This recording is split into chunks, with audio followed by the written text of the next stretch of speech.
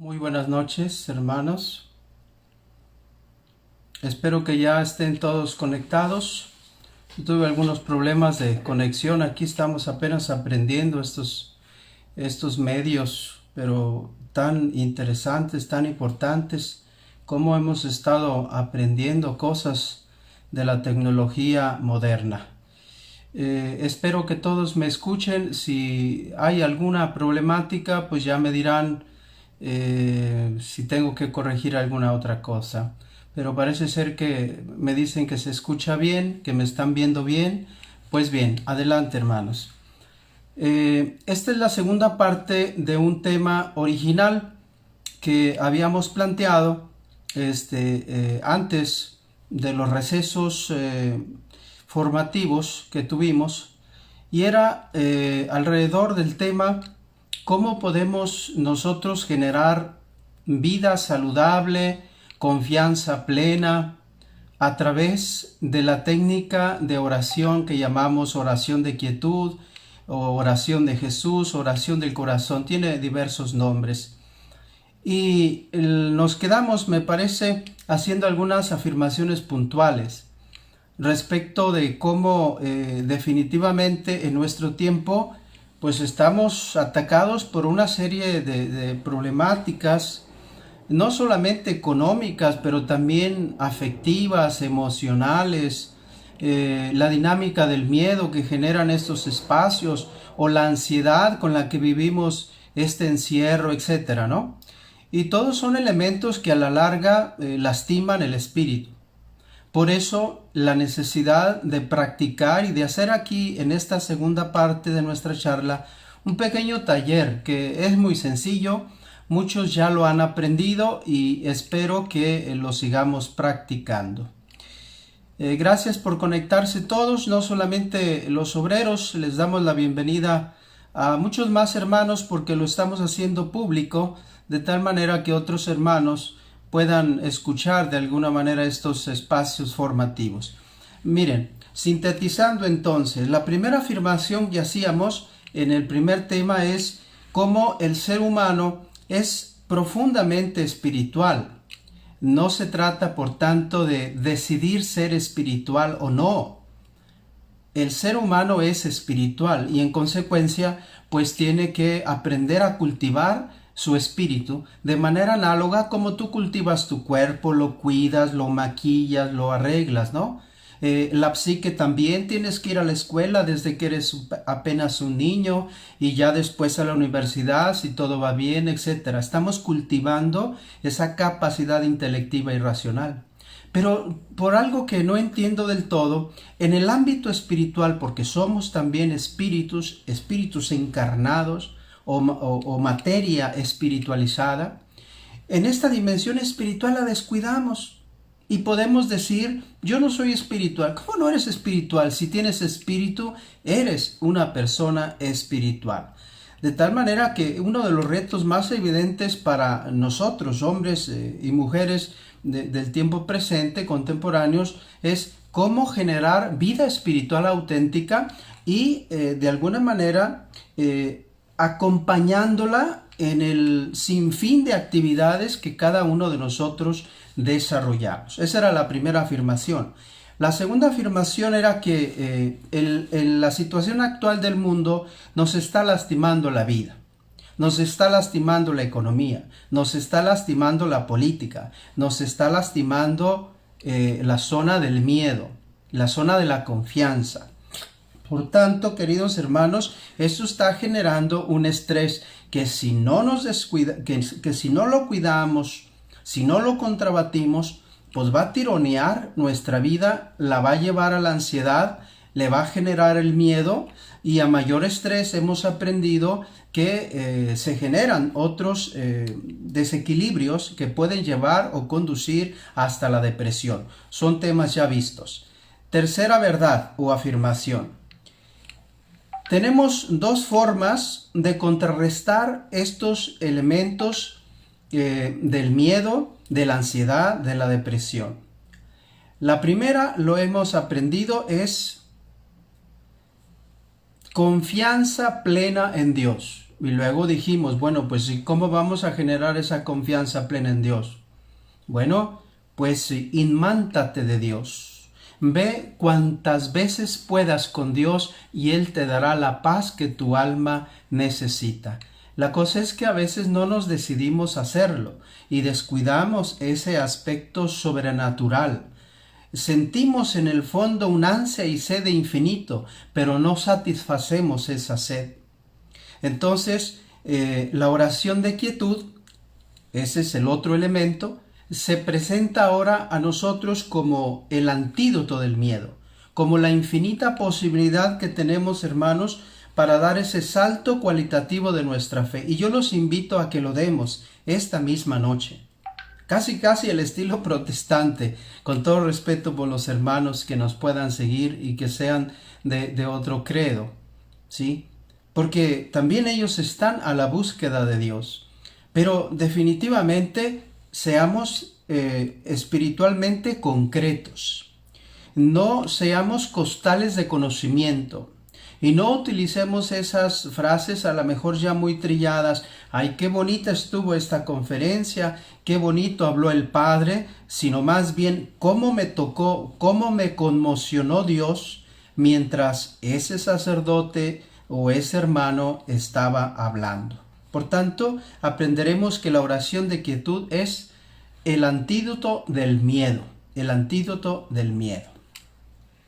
La cuarta afirmación era que ya hemos comprobado que cuando se practica, yo la practico todos los días, porque ya lo comentaré, no tendremos que pensar en un monasterio y entrar casi a hacerle a la figura del monje. No ese es el sentido, pero sí aprender una experiencia contemplativa orante a nivel de laicos.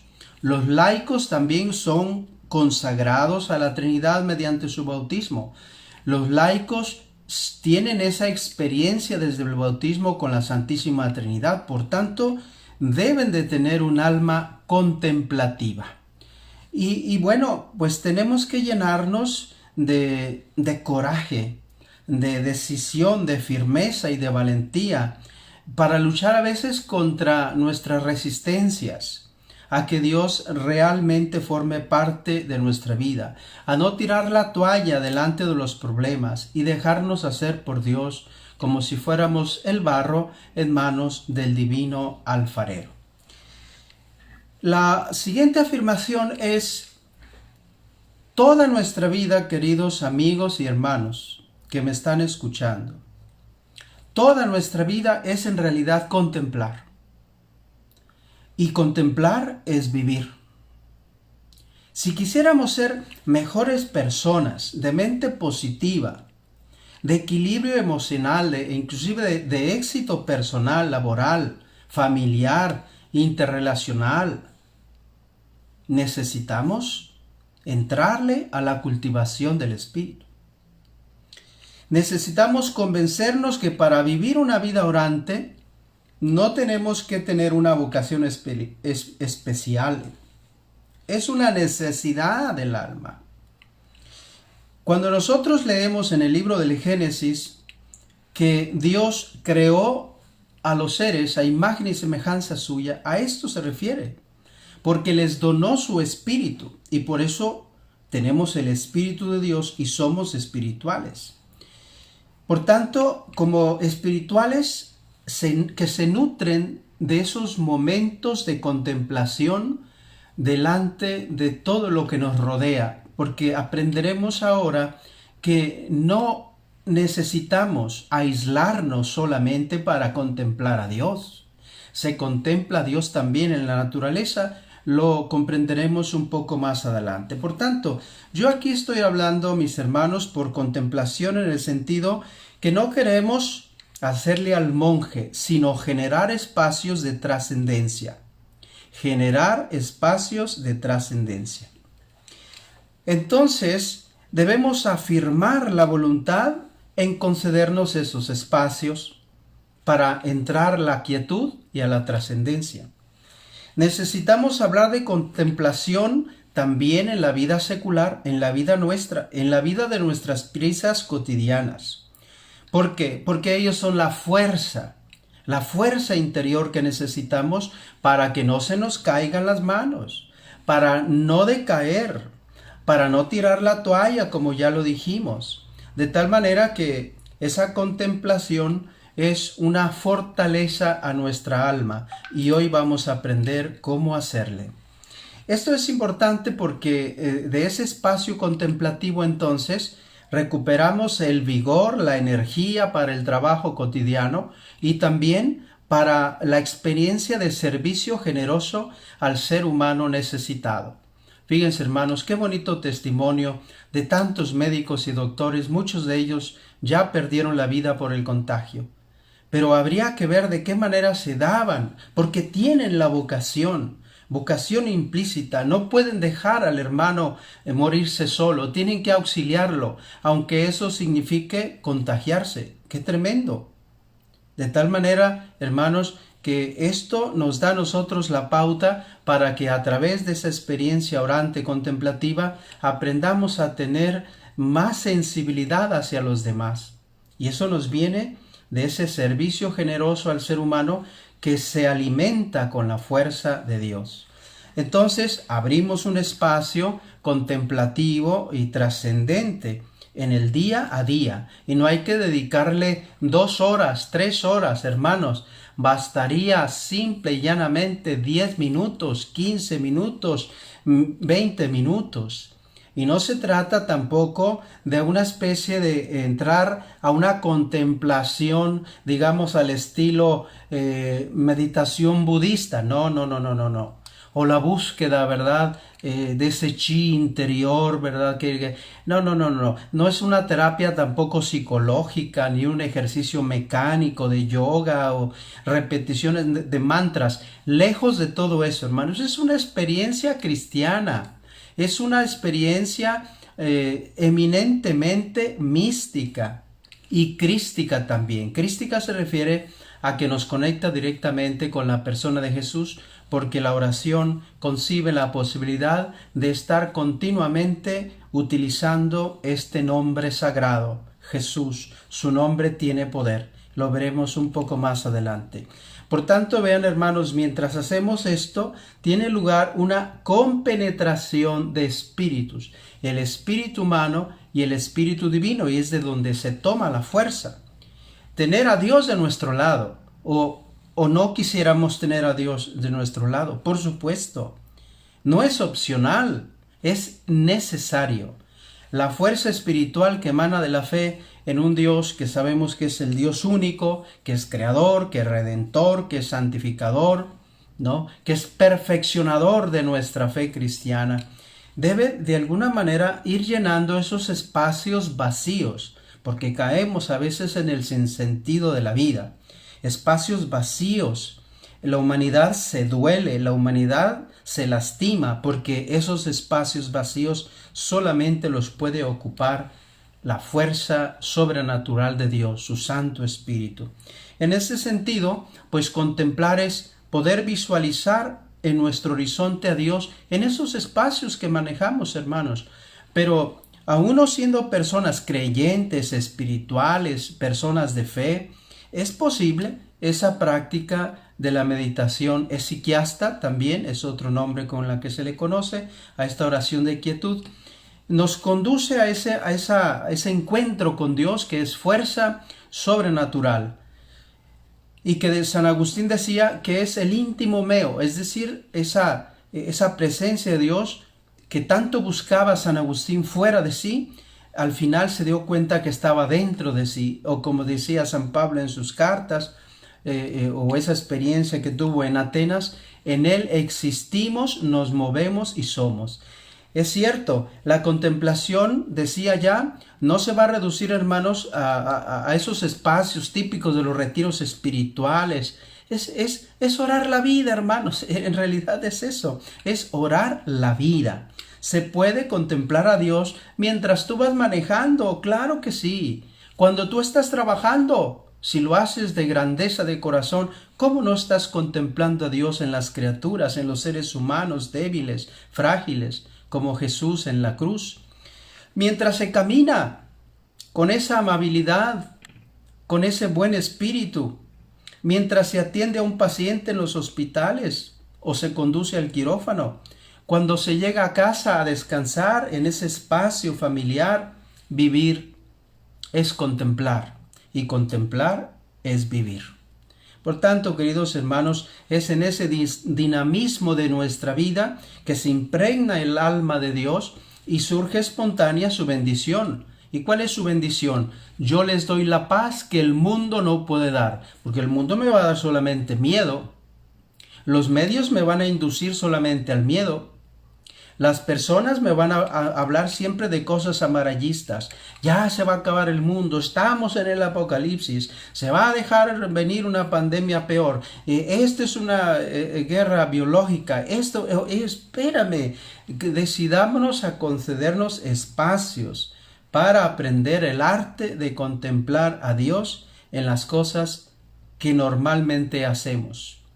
Se trata entonces de tomar esa decisión definitivamente trascendente, aprender a contemplar a Dios, tratando de leer a Dios en todo lo que nos pasa. De tal manera, hermanos, que de alguna manera, eso sí, no debo de engañarlos. Tendremos que combatir la prisa. El hombre contemporáneo vive en el síndrome de la prisa y pareciera que la prisa se hace necesaria para 1000 cosas. Y a veces caemos en esa propia trampa y rompemos a veces la comunión, rompemos ese espacio sagrado familiar porque vivimos en el mundo de la prisa. De tal manera que es importante, como decía, atrevernos a orar la vida, servir a los hermanos débiles, aquellos hermanos de pasos vacilantes, aquellos ancianos, aquellos hermanos pobres, sin prisa, sin estrés, fortaleciéndonos con esta oración de quietud. Y nos preguntamos, pero Padre, ¿será esto posible? Bueno, pues es una respuesta individual. Eso va a depender de ti. ¿Será posible? Bueno, hermanos, si no es posible para mí, voy a pedir a Dios que sea posible. Dame, por favor, tu gracia, Señor, para abrir este espacio de 10-15 minutos para estar solamente pensando en ti, contemplando tu divina voluntad. Con la inteligencia yo entiendo que lo necesito, que me hace un gran bien. Necesitamos también la voluntad, sin la cual no podríamos entrarle a la experiencia orante. Necesitamos eliminar aquellos obstáculos que impiden este cultivo de estas semillas contemplativas en nosotros. Y eres laico, pero también la contemplación se hizo para ti. Se trata entonces, hermanos, de una actividad espiritual que se va a realizar primero por la repetición de fórmulas que ya veremos cuáles son. Segundo, como un hábito espiritual, las podemos seguir ejercitando y nos va a dar nueva fuerza, nuevo vigor, nueva paz interior, nueva capacidad de juicio, porque las potencias interiores de nuestro ser humano se equilibran y surge con más fuerza la capacidad de tener un juicio sano, sabio, sobre las cosas que nos acontecen. Sin el intelecto y la voluntad dispuestos a la contemplación, créanme, no va a ser posible generar una vida espiritual auténtica. Tenemos que darnos esa posibilidad y sí lo podemos hacer, hermanos, con la ayuda de Dios nuestro Señor. Bueno, pues cerrando este espacio, es necesario que recordarles que la contemplación naturalmente tiene que hacerse a medida humana. Esto para mí sí es muy comprensible. Lo voy a tratar de explicar. Cada quien tiene su propio yo y su propia circunstancia, como decía Ortega y Gasset. De veras, cada uno es muy distinto en las cosas que hace, en el tiempo que maneja o que tiene a disposición, en las actividades que realiza. Tendríamos entonces, sí, eso sí, que adecuar esos espacios contemplativos a cada uno de nosotros. Tendríamos que adecuarlos también a las capacidades propias, espirituales inclusive, cualidades propias que cada uno tenga, a los tiempos y a las exigencias personales de cada uno. Es decir, una experiencia esequiasta, orante, contemplativa, aportada de mano, aportada individualizada, es decir, que respeta las cualidades, los tiempos, las exigencias personales. De tal manera que cada uno vea la manera como le aporta vida a su vida espiritual. Por ejemplo, esta práctica de oración va a ser muy distinto si lo realiza una religiosa. No sé si alguna religiosa nos esté siguiendo, o si lo realiza, por ejemplo, un médico o una enfermera, ¿sí? O si lo realiza una ama de casa, ¿no? O si lo realiza un hombre o mujer consagrado a la Trinidad. Es distinto, es distinto. Cada uno tiene su propio yo y su propia circunstancia. Habría entonces que creer en ello, es decir, atrevernos a practicarlo por convicción. Yo lo necesito, mi espíritu, mi alma lo necesita, y debemos llegar a la convicción de deber ser contemplativos. Contemplativos también en la acción, pero también generando, como decíamos ya, estos espacios que nos van a dar tanta energía, tanta paz interior, tanta sabiduría. Y entramos ahora sí, hermanos, después de este grande preámbulo, de esta introducción al tema, que era un poco repaso, si me permitían, a la temática tratada con anterioridad. ¿Cuál sería entonces el ejercicio de la oración de quietud? Presentemos lo que dice la Escritura. Según la palabra de Dios, tenemos en 1 Tesalonicenses 5:17, oren sin cesar. Efesios 6:18, hagan en todo tiempo mediante el Espíritu toda clase de oraciones. Lucas 18:1, es necesario orar siempre y sin desfallecer. Lucas 21:36, velen y oren en todo tiempo. ¿Qué les parece, hermanos? ¿Se puede orar sin cesar?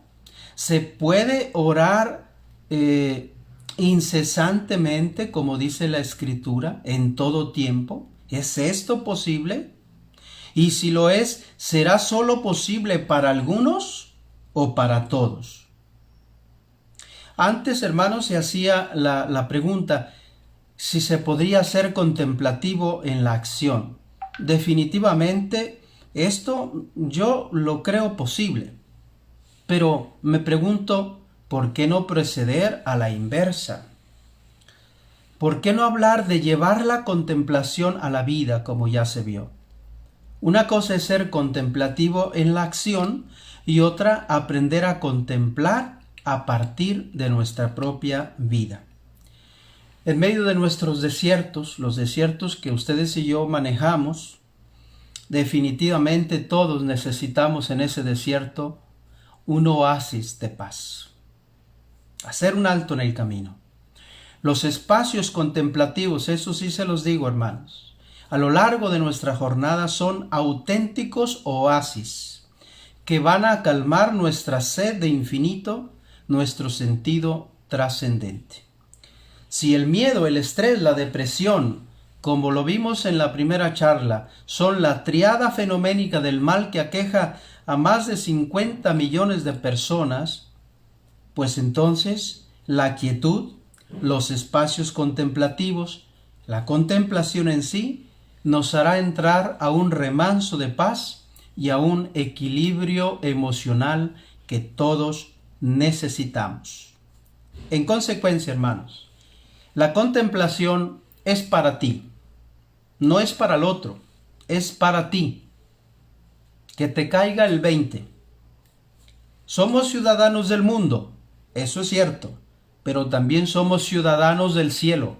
Conéctate con esas realidades propias de la trascendencia. El contemplativo contempla a Cristo de manera siempre nueva. Visualiza a Cristo en todo. Podríamos decir que todo lo llena con su presencia, porque posee su mismo espíritu.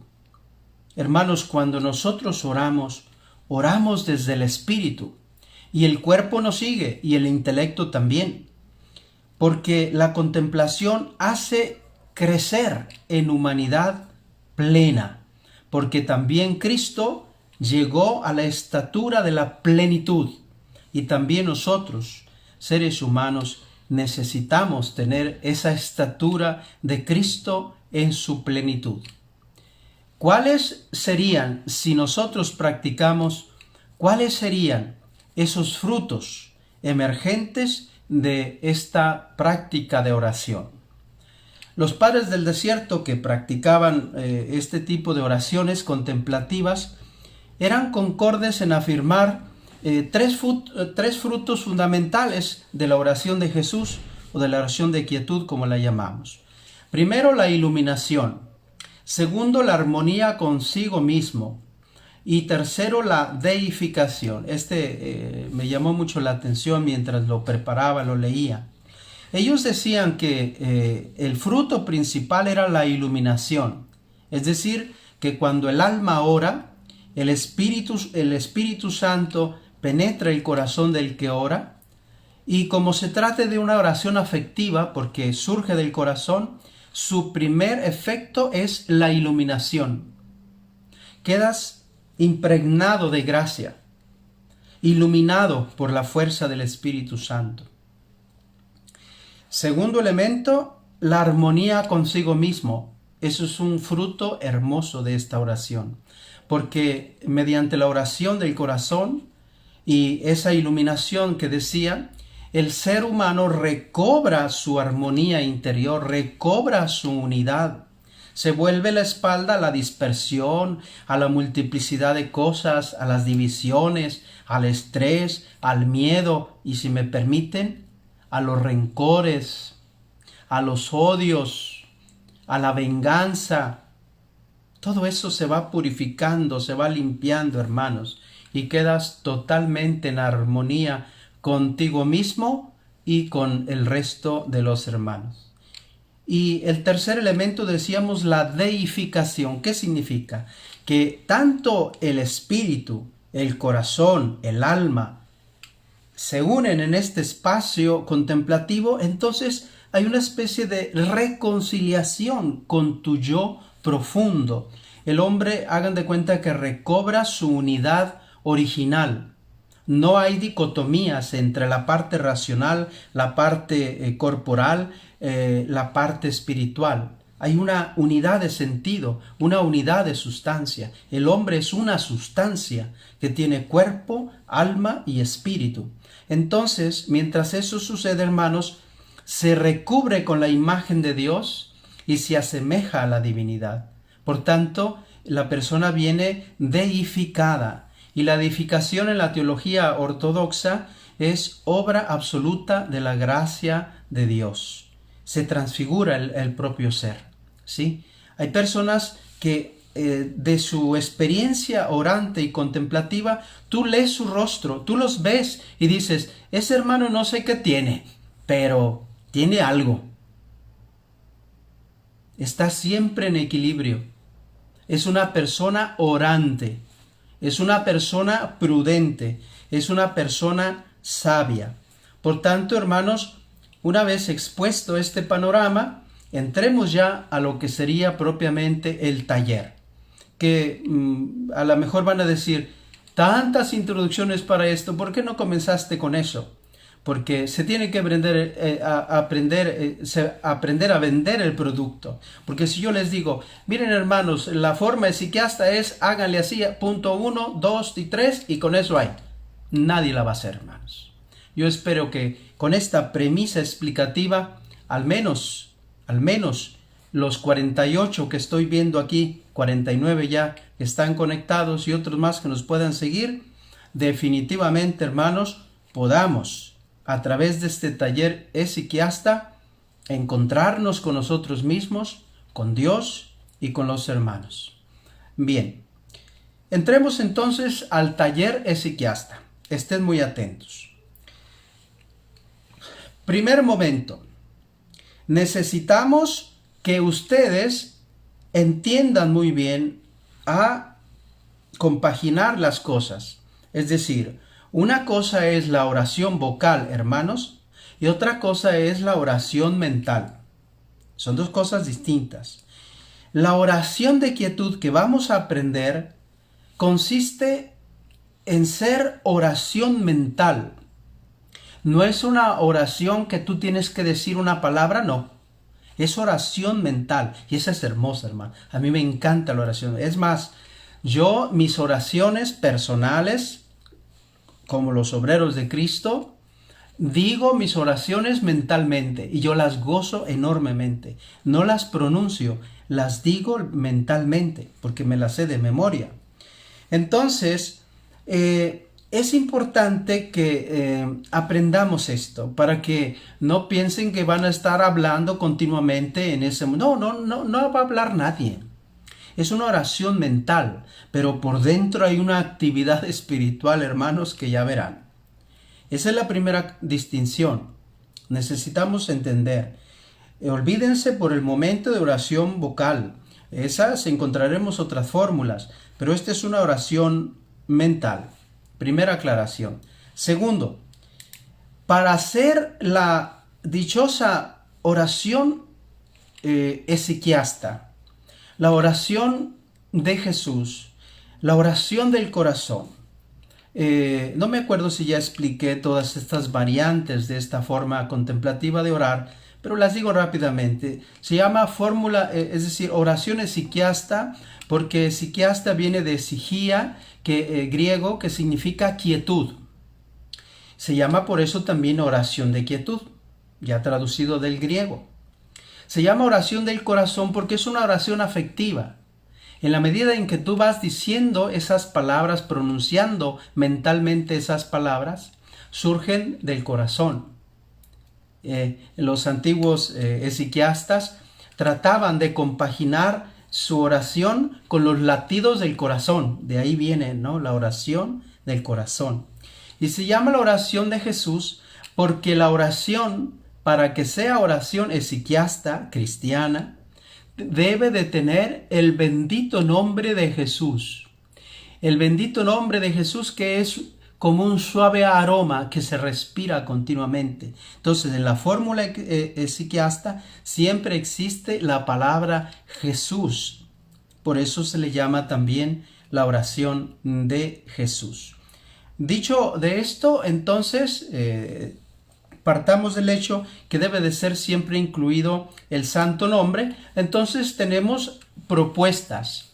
Después el Espíritu Santo, la creatividad de cada uno, puede conducirlos a generar sus propias frases.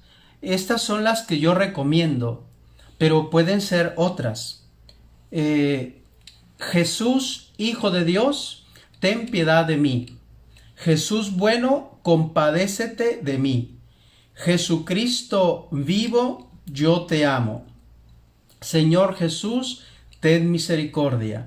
Jesús, Hijo de Dios, piedad de mí. En ti confío, Jesús, piedad de mí. Y después de estos ejemplos, tú busca la que mejor se te acomode.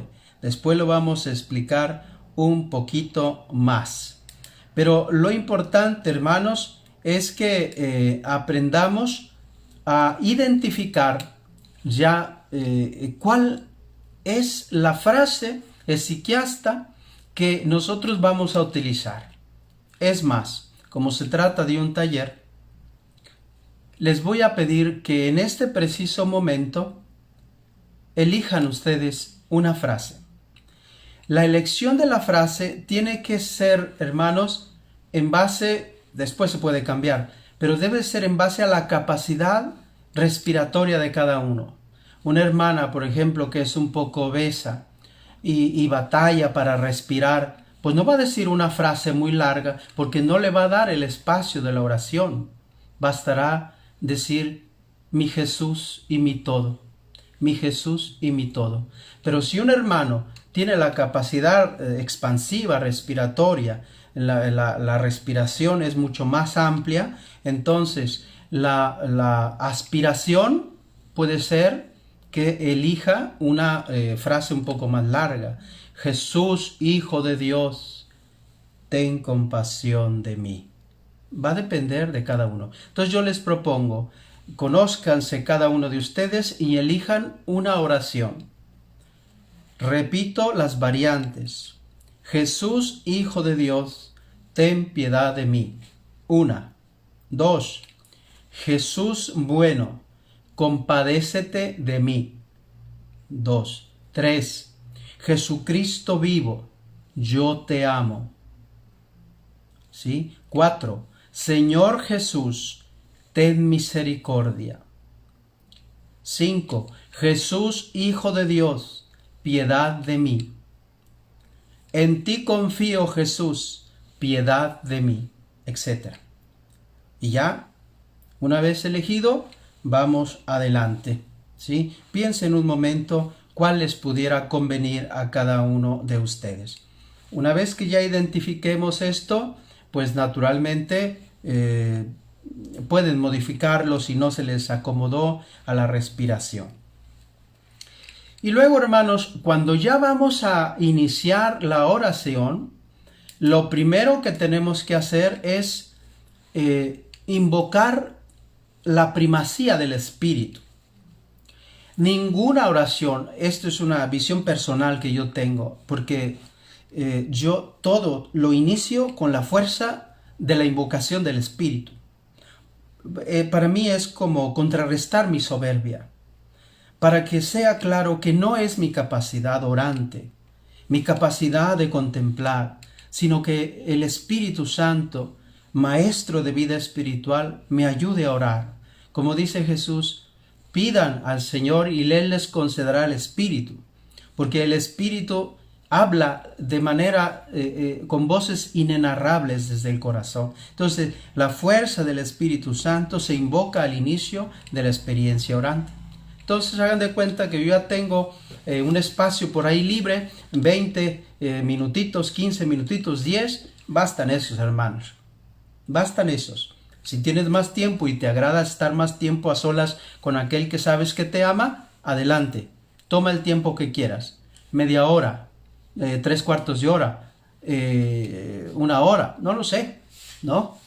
Juan Pablo II contemplaba, oraba, meditaba, se daba el espacio de 2 horas todos los días, ¿sí? Yo les pido 10 minutos, 15 minutos, 20 minutos, y se puede hacer una perfecta oración esiquiasta, una perfecta oración de quietud.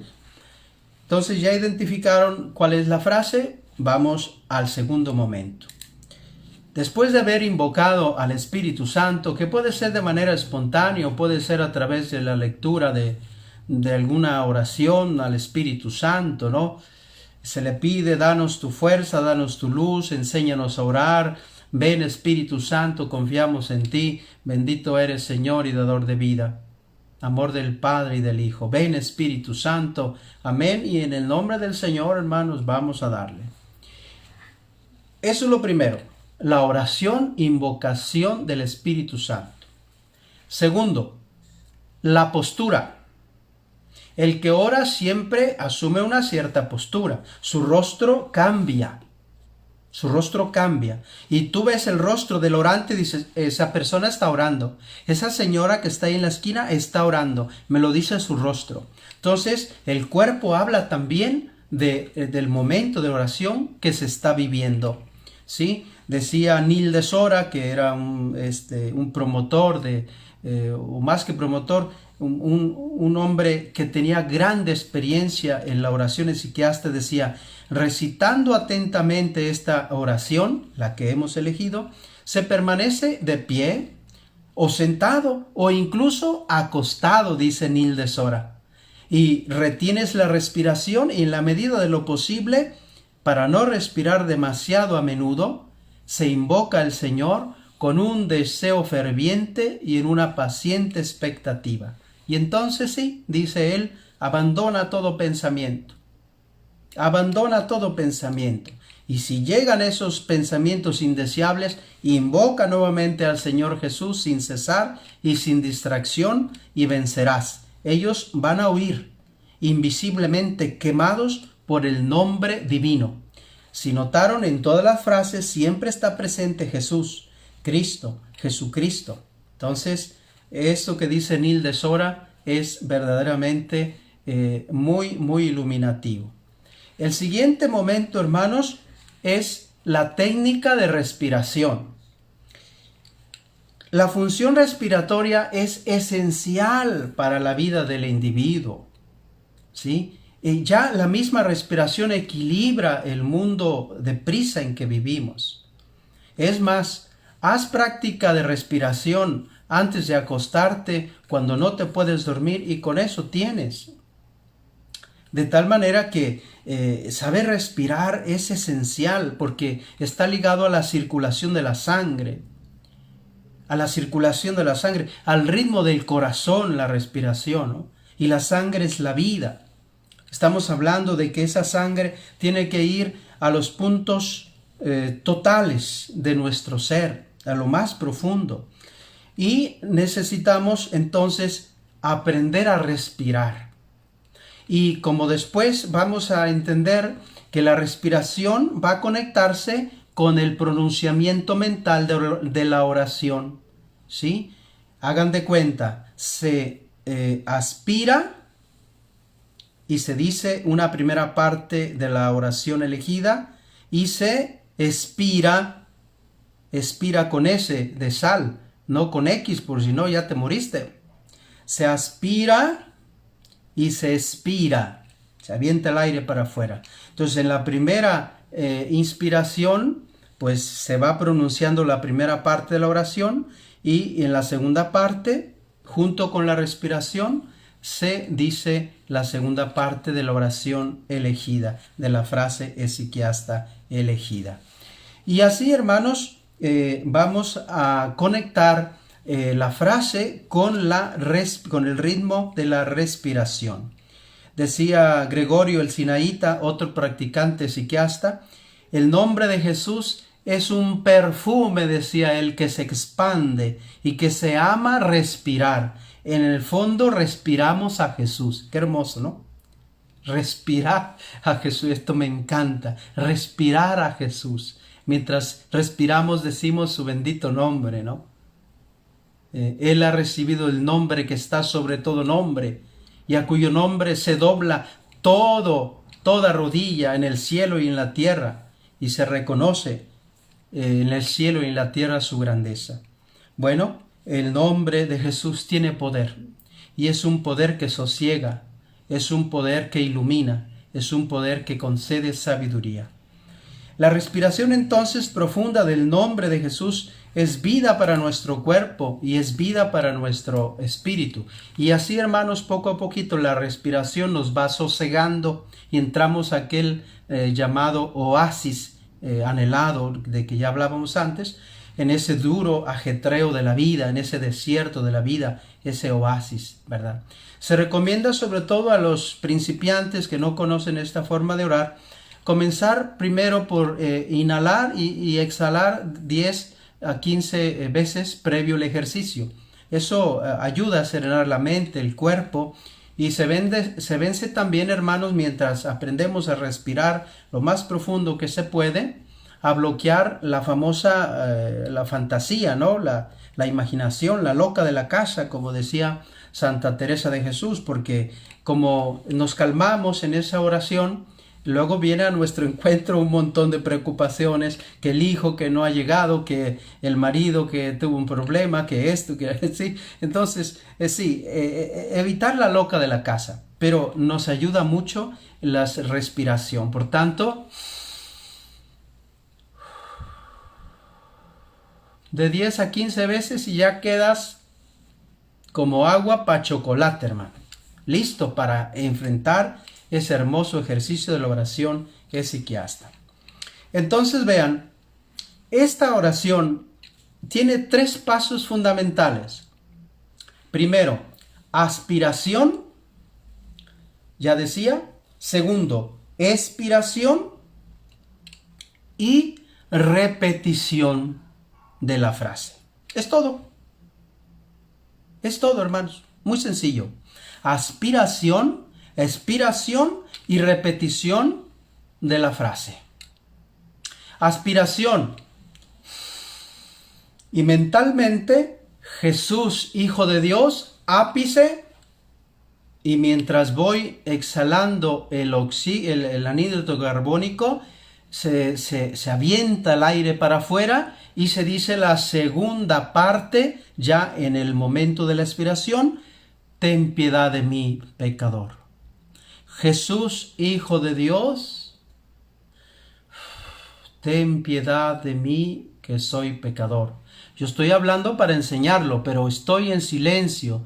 Puedo tener los ojos cerrados o contemplando el Santísimo o la imagen de Jesús crucificado. No importa. Lo importante es que sea oración mental, contemplativa. ¿Sí? Contemplativa. Aspiración, expiración y repetir esa misma frase por esos espacios de 10, 15, 20 minutos. Fíjense que los monjes tenían una especie como de rosario largo con 100 cuentas. Ellos hacían las 100 cuentas, ¿no? Y las contaban con los dedos y para decir las 100 veces esa oración de quietud. En el momento en que se aspiraba, decían la primera parte y luego ya en la expiración la segunda parte, ¿sí? Entonces, queridos hermanos, pues es mi aporte en esta segunda parte de nuestra charla. Ojalá que esto nos ayude a vencer nuestra prisa, porque la prisa nos va a lanzar a depresiones, a ansiedades, a angustias, a llenarnos de esa confianza plena en Dios que da la iluminación de esta oración, y que Dios entonces, fortalecidos con su gracia, con su amor, con la fuerza de nuestra oración, nos haga pasar incólumes en medio de esta tremenda crisis que estamos todos padeciendo. Que el Señor les conceda a ustedes la gracia de poder realizar esta oración. Finalmente voy a hacer una pequeña experiencia orante en silencio. Posteriormente voy a pedir que eventualmente en el espacio que da la plataforma de Facebook, si a alguno no le quedó claro alguna cosa o quisiera que se desarrollara algún otro elemento de los ya comentados, bueno, pues me lo haga saber y con mucho gusto podemos enriquecer esta aportación. Entonces, hagamos una acción de gracias. Con gratitud en el corazón, hagamos un momentito de oración. Les voy a pedir que en este preciso momento cerremos nuestros ojos pensando que Dios vigila todos nuestros movimientos y ve nuestro corazón. Y una vez elegido, yo siempre elijo el mismo porque es la oración que más me llena. Jesús, Hijo de Dios, ten piedad de mí, pecador. Pero ustedes elijan la propia, la suya, o la más cortita: Jesús mío, te amo. Dependiendo, ¿verdad? Como ya expliqué.